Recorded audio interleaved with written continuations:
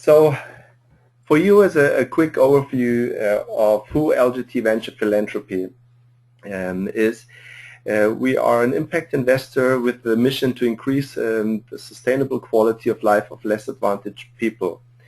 We do this primarily by investing into young and strongly growing social enterprises. It can be for-profit, can be non-profit, and we support them with growth capital to scale their models that have proven to be impactful on a smaller scale to a wider audience of their beneficiaries. We have, since our inception in 2008, invested into 40 portfolio organizations, have reached about 4.5 million less advantaged people in that 6 years of investing. And through the ICats program, we already matched 87 professionals that worked for 11 till 14 months on the ground with our portfolio organizations. Our team is based in different areas of this world, in South America, Europe, Africa, India, Southeast Asia, and China. We have 23 people in the team at the moment, and we invest into education, agriculture, nutrition, health, sanitation, renewable natural resources, and ITC.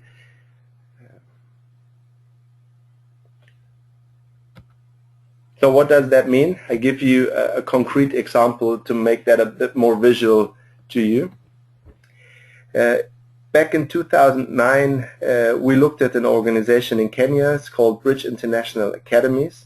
It's a chain of low-cost nursery and primary schools that deliver high-quality education for an average of $5 a month to low-income households across Kenya.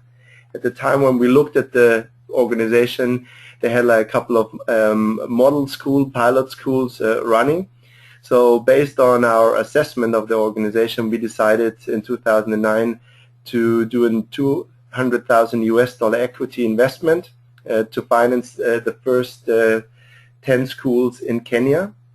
In addition to that, we also sent an ICAT, her name is Patricia, and she worked in 2010 and 2011 with the organization to improve the school operations and logistics, as well as the efficiency of the headquarter processes, and she contributed to the expansion of BA to 30 more schools. So now, latest data from yesterday, you see that Bridge International over the last 5 years has scaled to over 300 schools across Kenya, reaching almost 100,000 kids with their schools, and employed 4,000 people who are working in the schools either as teachers or as additional staff. So that's a bit what we do. We help organizations through our support to scale and to increase the reach and the depth of the impact that they have on less advantaged people in the different areas of our investment themes. Other examples from our portfolio are DripTech. DripTech is a low-cost, effective drip irrigation system for subsistence farmers in India. We also work with Mothers to Mothers in South Africa. They employ mentor mothers to help HIV-positive pregnant mothers to deliver healthy babies. We work in India with Huss Power Systems. It's like an off-grid renewable energy solution for villages in northern India. And for example, and in the area of education, we work with Educate Girls, who work with rural and tribal communities in Rajasthan to help getting girls into schools and improve the quality of their education. So that's a couple of impressions of our work. And to conclude on that, it's very important how we support these organizations, because we're not only supporting them with financial capital. Yes, that's a significant part of our support, and that can vary the type of capital that we provide, from donations to non-profit organizations to debt and equity investments into for-profit organizations. We are an impact-first investor. That's very relevant because we primarily look at the scale of the impact, the significance of the contribution of the organization to address social or environmental problems, and not the financial return. So we are really going for the impact, and if it's non-profit and we can't get any money back, and that's a great solution, for example, like Mothers to Mothers, then we are very happy to do donations. It's about a third of our investment capital that we provided so far. On top of that, we also provide our portfolio organizations with access to networks, for example, funding networks, expert networks, cooperation partners, corporations with the CSR programs. So that's another very important part of our work to provide additional value to our portfolio organizations. And last but not least, we support our organizations with know-how, with additional know-how. And we do this on the one hand through the work of our investment managers who work very closely with our investees, with our portfolio organizations. Our investment managers are based locally, so they meet the organization frequently. They are in touch with them almost on a weekly basis. So we are very hands-on in providing support to our portfolio organizations. And on top of that, we established the ICats program. And the ICats program provides additional professional know-how, primarily of people who come from the private sector, but also from people who worked in the non-profit sector before, with the aim to increase organizational capacity with our portfolio organizations. And here it's really critical for me to understand that the ICats program is not a pure matching program for professionals to work with social enterprises. The ICats program is providing experts, professionals, to portfolio organizations where we financially invested into. So ICats, or professionals who are nominated to the ICats program, become an integral part of our investment support to these portfolio organizations. So you join the party, you join the team in order to make sure that the overall objectives are met from our investment into these organizations by strengthening their organizational capacity. As I mentioned, it's important for us to provide know-how, additional know-how to organizations to strengthen their capacity that ultimately results in bringing the organization to a better, like equip the organization better to implement their scale. And the ICats program has like different areas or different processes. Obviously, we are currently in the application and the selection process. We are super happy and super thankful that professionals like you are interested in joining us. So it will be again a very interesting selection period. I'll tell you a bit more about the timeline soon. We have, for the people who are nominated to the program, a 5-day orientation workshop where you come to Zurich and you meet your peers, you meet the other fellows, you also meet our global investment team because the fellowship preparation workshop is overlapping with our annual global team meeting. So you meet the LGTVP team, you meet the fellows, so that's like an exciting 5 days here in Zurich. Then you start working in the field between 11 to 14 months, depending on the program that you're nominated. You do this by living in the country, or working in the country full time, and your costs are covered to live in the country, and you also get support through our investment managers who become mentors throughout your fellowship program and help you with any concerns or any questions that you have throughout the program. It might be from how to integrate best into a country to very specific questions around a person that you feel certain tensions in the organization. So that's really like a broad area of support that our investment managers and myself obviously provide. I can't see the slide. It's in the email messages. I cannot see the slides either. Okay, so Pia, just mentioned to me that the slides are not online, and now you should see them. But nothing that you really missed on the slides so far.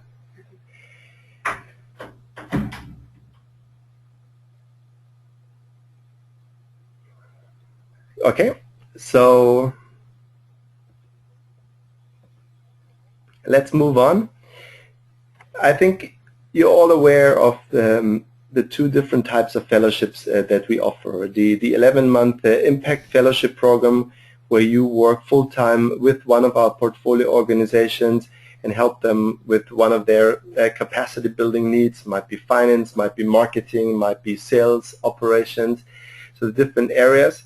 Or it might be the Acceleration Fellowship, where you work 14 months on the ground, more directly with the LGT VP representative on the ground, because Acceleration Fellows work with our team to identify new potential early stage investments for our accelerator, conduct due diligence with on potential investments, and then once an investment has been done, works with the new organization in the portfolio to help them build up their business. So I think the two programs are quite different in a way, like whereas the Impact Fellowship is focused on one organization that is more mature, who has certainly already a lot more impact on less advantaged people because their model is more proven and is more advanced, and you help within that organization to bring them to further scale. Whereas the Acceleration Fellowship is more like a business consulting type of engagement, where you have more broader view on more organizations, but these organizations are earlier stage, hence their impact at that time when you work with them is less sophisticated and less strong. A couple of key design aspects of the program. You have to have at least 2 years of work experience to join the program. I think you read that in the documentation anyway.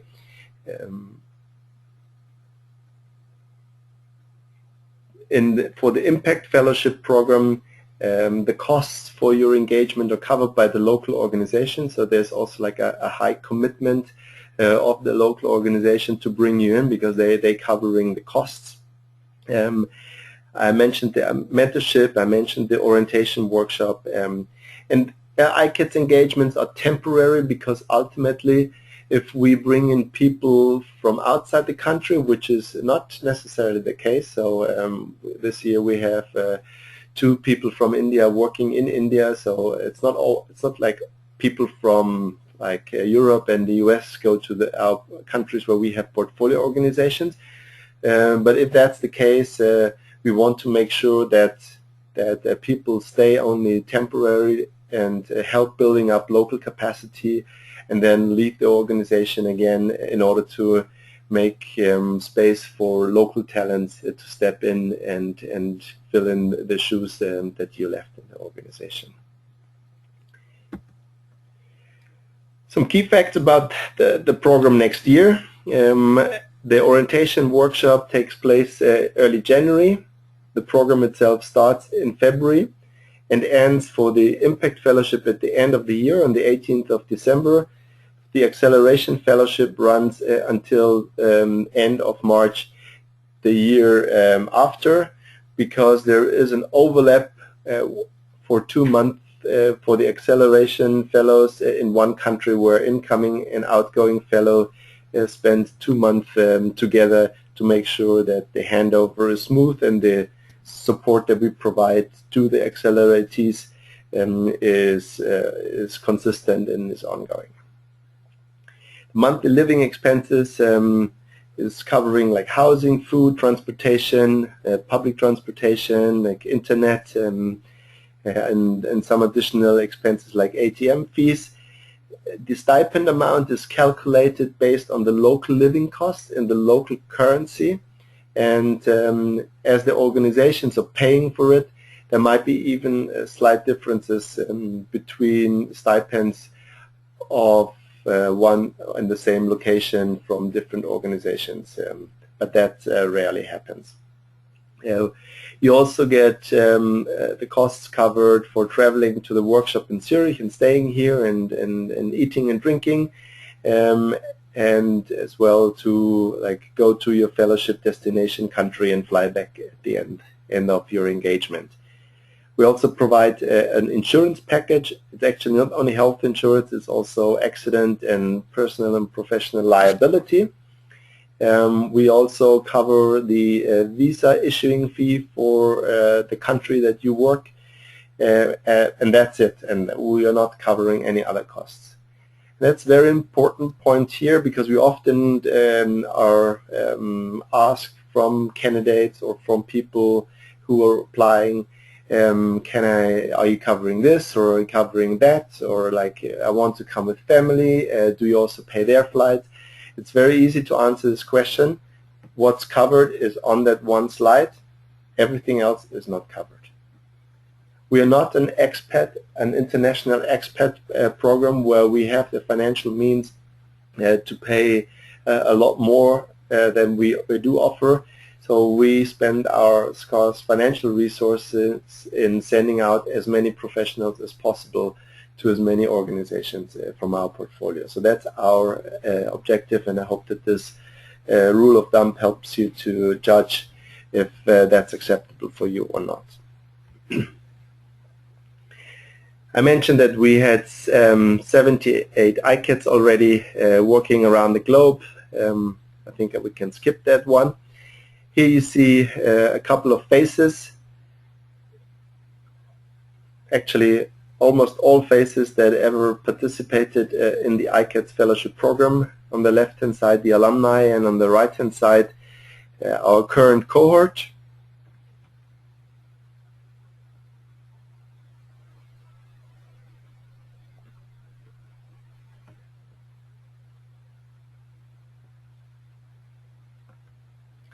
So that's the overview of the program. Now I'll dive a bit deeper into the application selection and preparation process. So that's the timeline from now until the start of the fellowship, beginning of 2015. Right now we are in the last week of applications. So the end of July, there's the application deadline. In August, primarily in August, we will do the evaluation and the interviews with the candidates who are invited for interviews. Latest in September, we should provide you with the information if you have been nominated to the program or not. There might be some exceptional cases where, due to certain circumstances in the organization, there might be some delays, but the majority of the candidates should know latest by mid of September they have been nominated to the program or not. Once you accepted your nomination to the program, we will then work with you on preparing your stay. It's kind of like insurance, visa, logistics, flights, etc. And then meet you in January here in Zurich and conduct a 5-day orientation workshop with you. That's for me one of the highlights of the year, to meet the people who have been nominated in person. So that's something that I'm already looking forward now. Two comments on that. One is that some people often do not submit an application because they do not see the right job for them on display on the job board. That's why this year we also created a more generic job on the platform, which is called the ICats Impact Fellowship 2015, which is like a container for people who want to apply, even if there is not the right Impact Fellowship position posted on the website. Why is that important? There are two ways how ICats Fellowships are matched. One is that an organization tells us what they need and then you apply, and then we find the best person of the applicants to that specific position. But often we also have the situation where we see a candidate who applied for a specific position, is not nominated to that position, but we think, wow, that candidate has super skills, is super motivated, speaks the right language. That could be actually an interesting candidate for an organization that has not uploaded a position to the website. So it could also be that we send your application or your information to an organization. They see your profile and they say, yeah, you're right, that's a great candidate, and we should nominate this person for a fellowship position that was not even uploaded to the website. So please, if you feel the right job is not there, go and submit an application to the ICats Impact Fellowship position. We will look at your applications and we will try to figure out if there is a good place for you to enter and join the selection process, or if we keep your profiles and send it out to a couple of organizations of our portfolio to figure out if there's demand. Please do that. I can only encourage you. And a registration is not an application. If you are registered to the ICats platform, you're a member of our pool, but you only participate in the selection process if you have submitted an application. So please take this into consideration.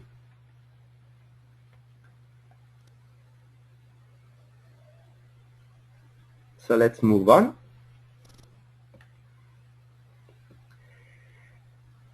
So what's the role of an ICAT? I mentioned before, it's primarily capacity building, and you do this obviously through transferring your skills and your know-how into the organization.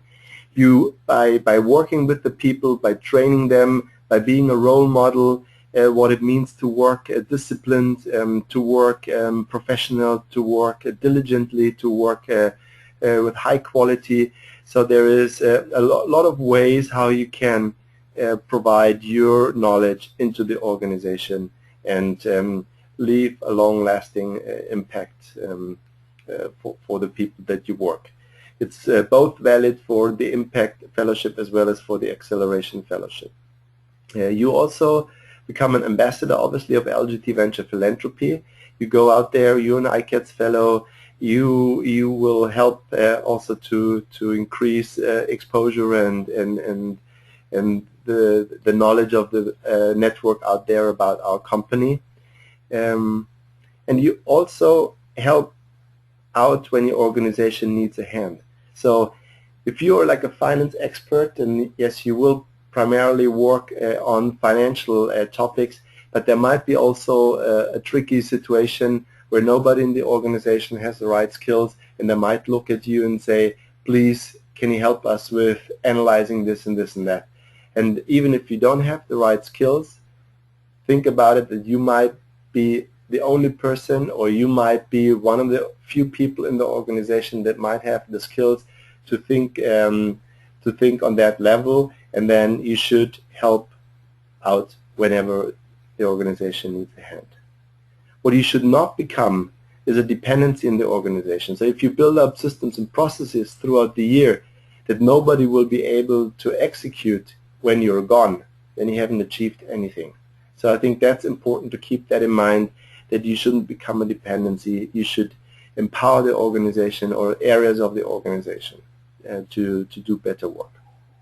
You should also not be responsible for outcomes of organizational activities. So you're more like an advisor, like a supporter, a trainer, but in the end it's still the organization's role and responsibility to deliver on what they are supposed to deliver.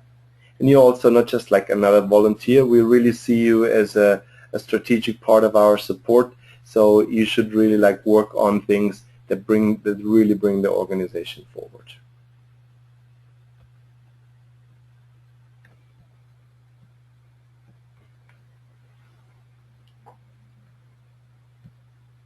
Okay, so let's move on. What to expect? I must admit that often these fellowships sound more romantic as they are, but actually it's hard work. You work in a organization that do not have a lot of resources, that are at a critical growth stage of their development. A lot of things are on the move. It's a very dynamic environment. You really need to make sure that you're aware of what it means to work with one of these organizations.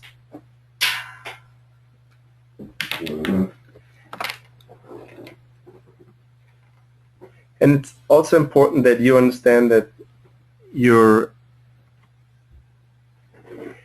even if you work with a social organization, your support or your contribution might not always be as tangible and as obvious as you maybe want it to be. So if you are looking for the warm feeling of directly helping beneficiaries, then it might be a disappointment for you when you go to an organization and you sit in the office and you maybe every once in a while do a site visit, but from like the majority of your time you work in the office, make sure that the organization is moving forward. So be sure that you have the right expectation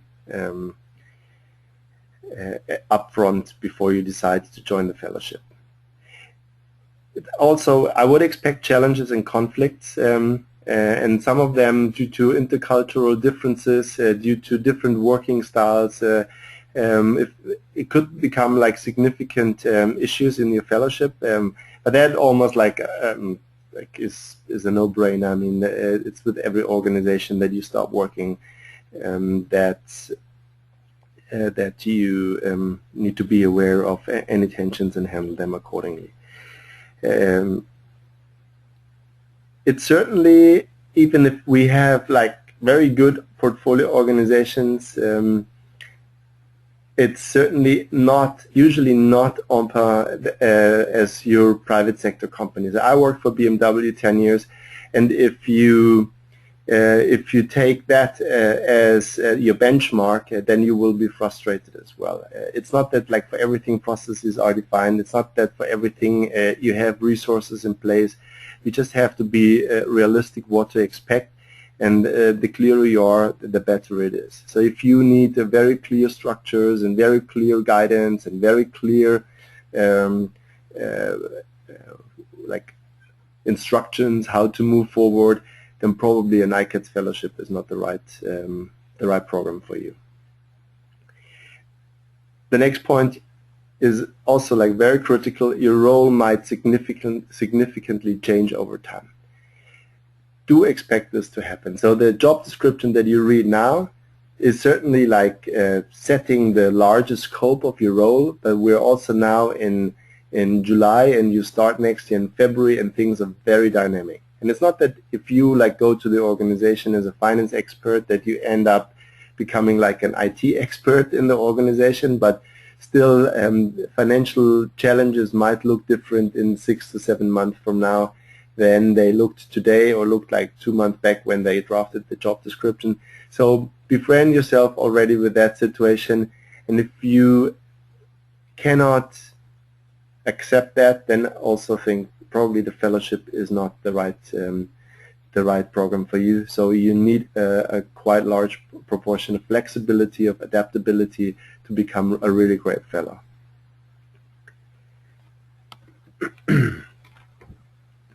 So some of the key learnings from the past years. Organizational change requires management buy-in and takes time to be implemented.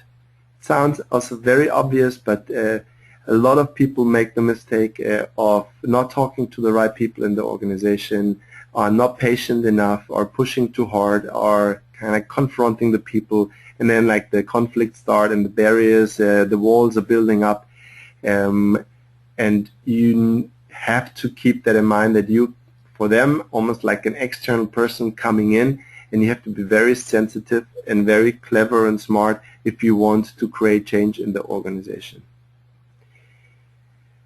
I mentioned the flexibility and the hands-on mentality. I don't have to go into that again. Another key critical aspect is that you have to establish very good personal relationships with the decision makers of the organization and create a trustful atmosphere so that you will be heard. We had examples where people had great ideas, had great improvement suggestions, but the organization or one or two people just didn't like the way that the fellow promoted these changes or suggested these changes. They feel criticized. They felt that like the things that they did over the past years were kind of like criticized too hard from the fellow, and then there was just like an emotional barrier to just not accept any suggestions of these fellows. So you should be really smart and clever and have like an intrinsic motivation to build up personal relationship with these people to be a successful fellow. Respecting local culture and the organizational culture is vital.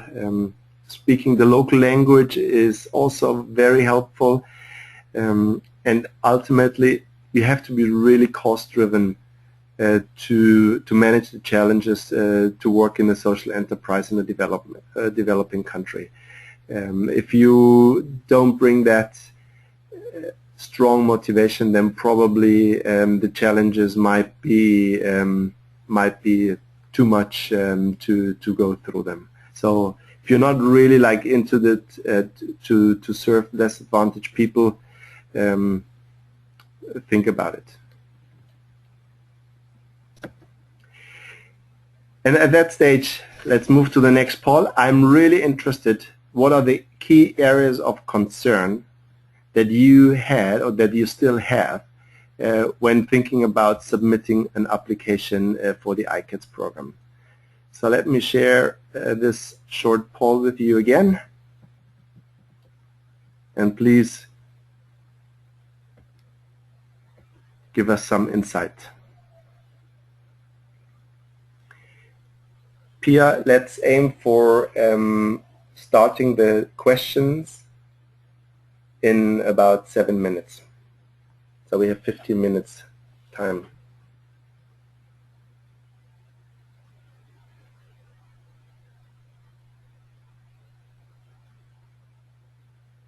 Again, for people who joined late, we have polls. So the information is not used in any way to evaluate you. They're anonymous. We are interested in how we can streamline information to candidates or to applicants so that you have all the information available to make a decision. So please submit your votes.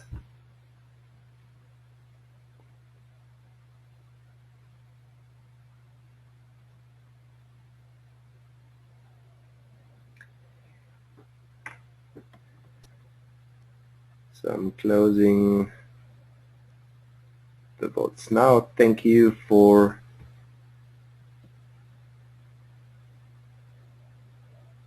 your feedback. Thanks so much. So let's move on.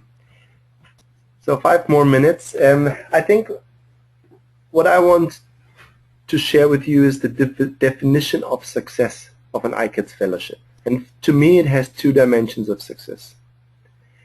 On the one hand, it's definitely like how successful you are in achieving the objectives of the fellowship. So the individual objectives of each fellow, build capacity for the impact fellows or find new acceleration deals or work with the Accelerate portfolios for the acceleration fellowships. Yes, that is very important, but it's also important for me and for the program and for LGT Venture Philanthropy how you develop personally. And sometimes the people who go through like a really tough time throughout the year with difficult situations within the organization, with maybe solutions that they suggest that don't work out. So often these kind of fellowships are the ones where you have the biggest personal learning.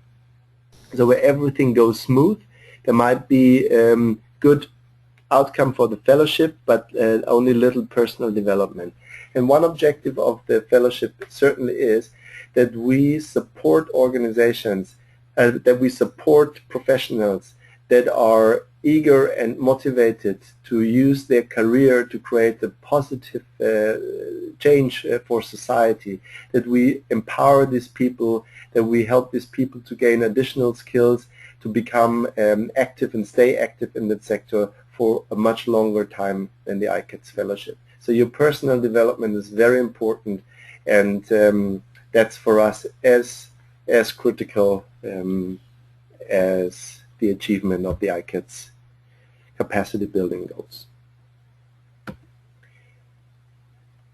I skipped that. There's some trainings that we offer throughout the fellowship to the candidates. So we share some insights, how we measure impact, how we do due diligence, how do social franchising models work or not work. So there are some trainings that we offer for you if you're part of the program. So some facts and figures. I think a critical question obviously for you is what happens with me after the ICats Fellowship. So if you leave your job now, how does the ICats Fellowship help you to work in the sector or to work in the job that you want to work in after the fellowship? And obviously that's a very individual question, but I can give you some examples of former ICats fellows like Verena, who now works for BMW in the sustainability strategy management team, to show you what people do after the ICats Fellowship. So some join like corporates again, but maybe try to work within the corporate to make the company more sustainable, like Verena. We have Matt, who joined USAID. We have Pascal, who stayed in South Africa after his fellowship and founded his own company to accelerate high-impact SMEs. People like Liz, who joined the World Bank as a financial sector specialist.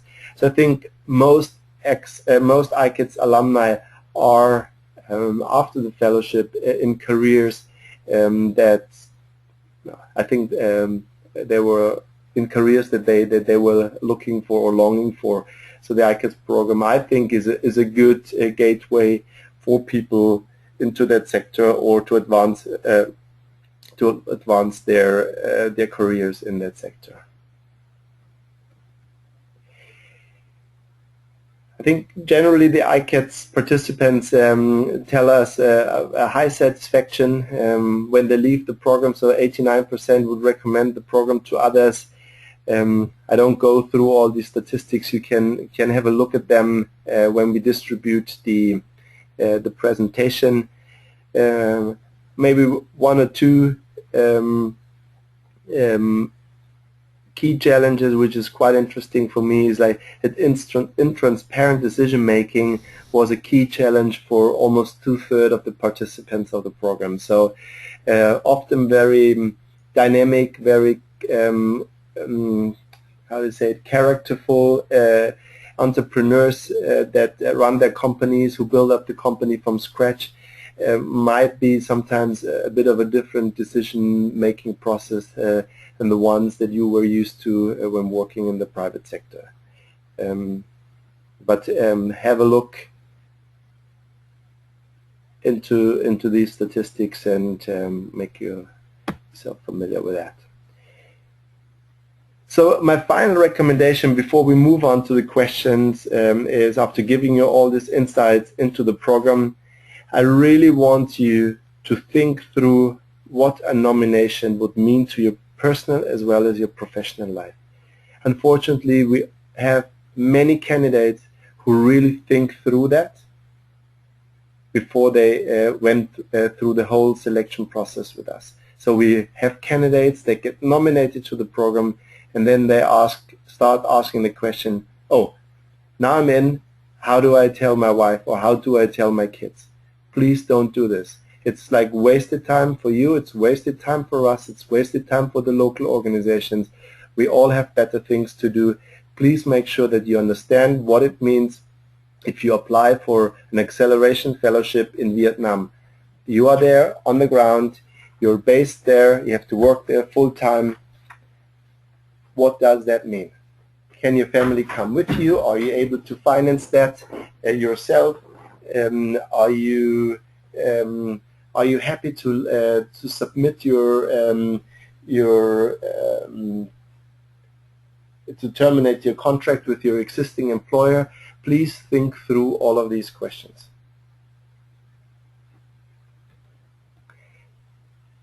Then, before we move on to the questions, I think we have one last final poll. I ask you that after the questions. Okay, so let's move on to the questions.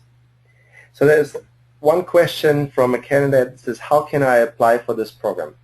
You go to the website www.lgtvp.com, and there is a section called ICats, and in the ICats area everything is described about what are the skills that you need.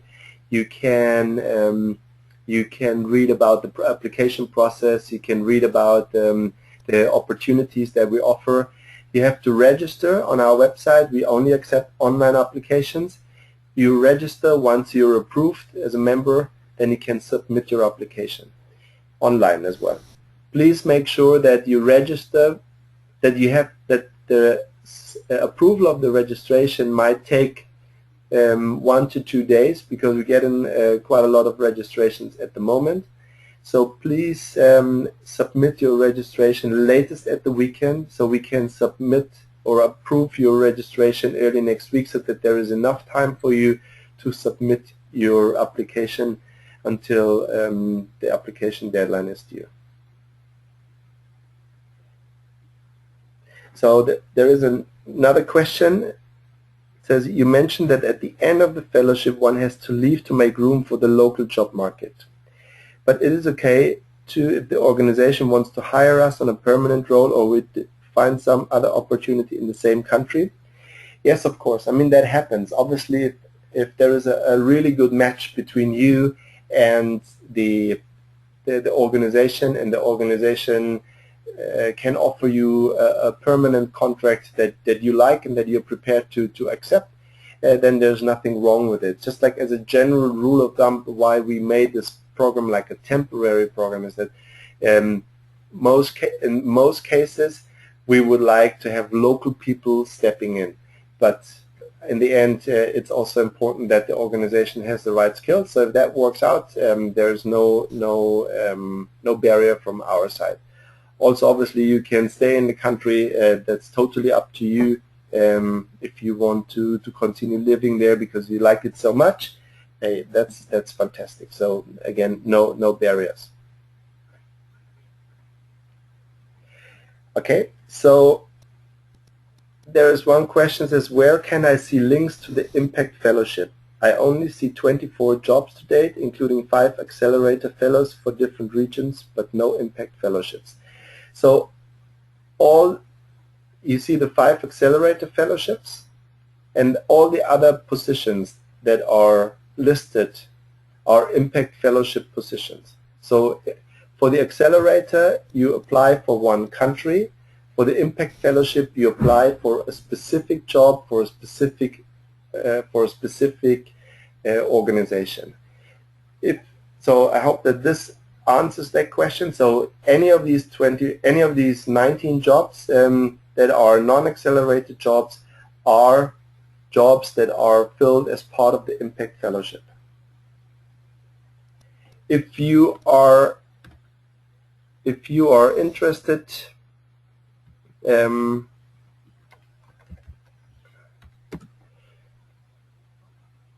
this generic position that I mentioned, then you can see that there is like a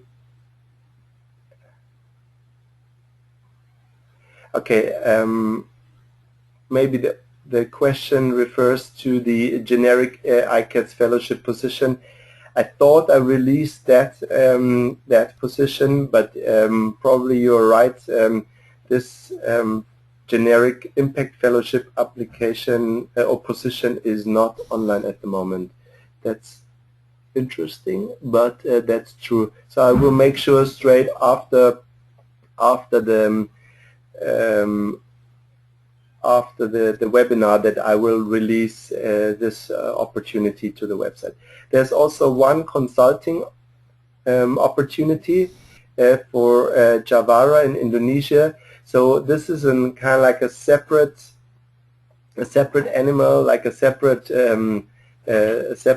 position, because this is a new organization in our portfolio, and they are looking for someone who starts much earlier. So that's why this is a bit outside of the normal fellowship.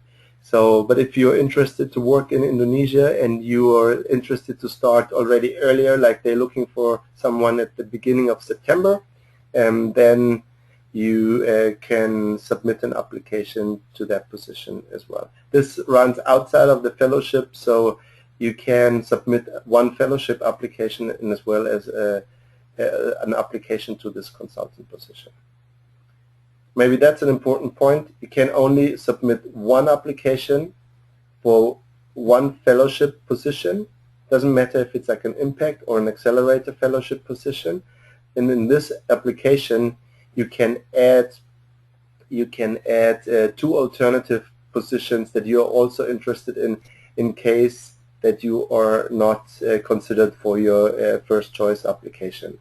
However, be also prepared that we might even come up to you with opportunities that you have not selected, because if we think that there is like very strong candidates for one position, there are like not so strong candidates for another position, and you might be a strong candidate for a position where we are lacking good candidates. Even if you haven't selected that opportunity, we might be reaching out to you and ask you if you're also interested in entering the selection process for that kind of position. But that's also happening. So we will reach out to you in that regard. So I make a note here.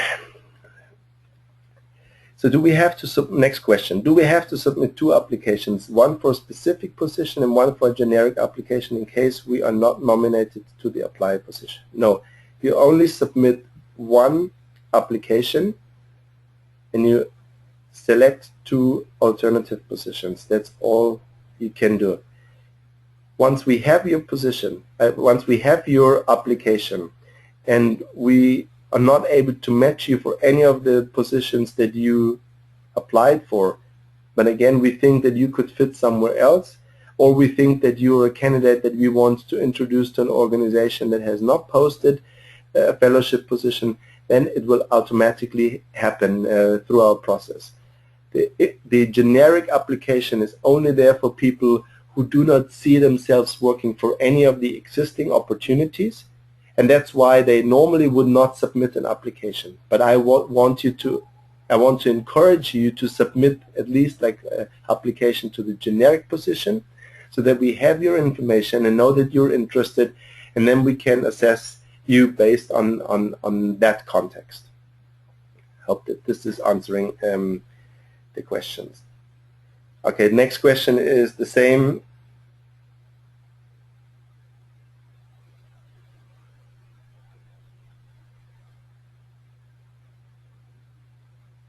Next question is the same. I think I already answered that question. Then there was one question, if it's possible, if you submitted an application already and you want to change it, if you can do this. You can do this. You have to let me know. The only thing that I can do is I can delete your application so that you can submit the application from scratch. If I delete it, all information will be gone. So if you want to make only like minor changes, then best to keep that information somewhere in a separate file so that you can copy paste it back into the application form. Another question, if if you are not initially selected or nominated to the program, you kind of like are listed as a backup candidate in case people like withdraw their application, or we might consider you for something else. If there's kind of like insights into what position you are at in the backup list, and unfortunately we cannot provide you insights with this type of information. So we will keep our interaction to the candidates frequent, but it will also be very individual and very standardized information. So either you get an information for invitation for an interview, or you will be kept in line, and then basically you know that you are not amongst the first candidates to be interviewed. However, that does not necessarily mean that we don't like your profile. We might just be talking through how we can best match you to the fellowship program. I hope that this is answering that question. Is prior international work experience required? It depends a bit. If you're Brazilian and you want to work for a Brazilian organization, then I think it's not required. If you're Brazilian and you want to work in India, then I think a certain international exposure is certainly beneficial. Next question, is it possible to apply when you're a couple? Yes, it is possible, but you have to submit 2 separate applications, and we cannot guarantee that if an organization has 2 opportunities, like Educate Girls in India is one, or Medicine Foods for Kids in Haiti is one, we cannot guarantee that if like one person is nominated, that the other person is nominated as well. So it's really, we are not like a volunteer program. We are a program that looks for professionals to support our investment activities, and the organizations are looking for professionals that help them to grow, and we cannot really consider these type of circumstances. So you can, but then it's like the free market rules who will be nominated to the position. The next question, will this program be repeated in upcoming years? Because I'm deeply interested in applying, but not yet sure timing-wise. Yes, this program runs since 2009. It's the 7th cohort this year that we are recruiting, and we are very sure that this program will also be launched in the coming years. Next question, if I'm not fluent in a second language, English is my first, am I out of consideration for most programs? If so, what language is the most common? No, you are not out of consideration. I think that Southeast Asia, India, and Africa are countries where candidates with only English have good chances.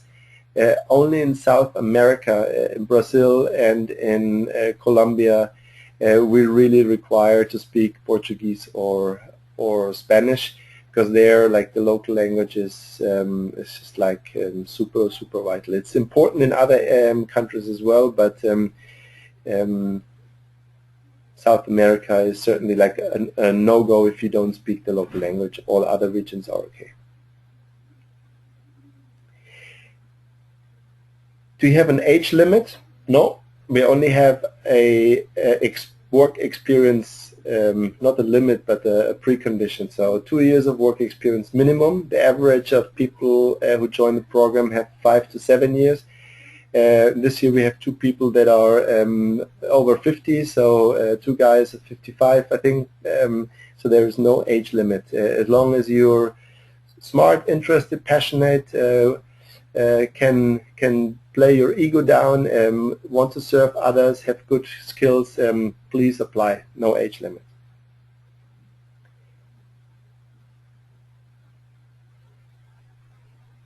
Last question, according to you, what's the biggest challenge facing LGTVP right now?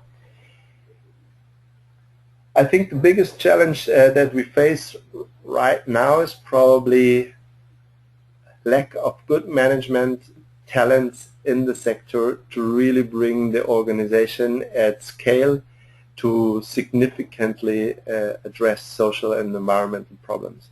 I think with many of the organizations that we assess, there might be like one or two great people in the organization, but often we don't invest because just like the next level of management is not up to our expectations, and we over the past years became more and more certain that that's one of the key aspects or key criteria to be really successful in growing your business. So I would say that that's probably one of the biggest challenges that we have.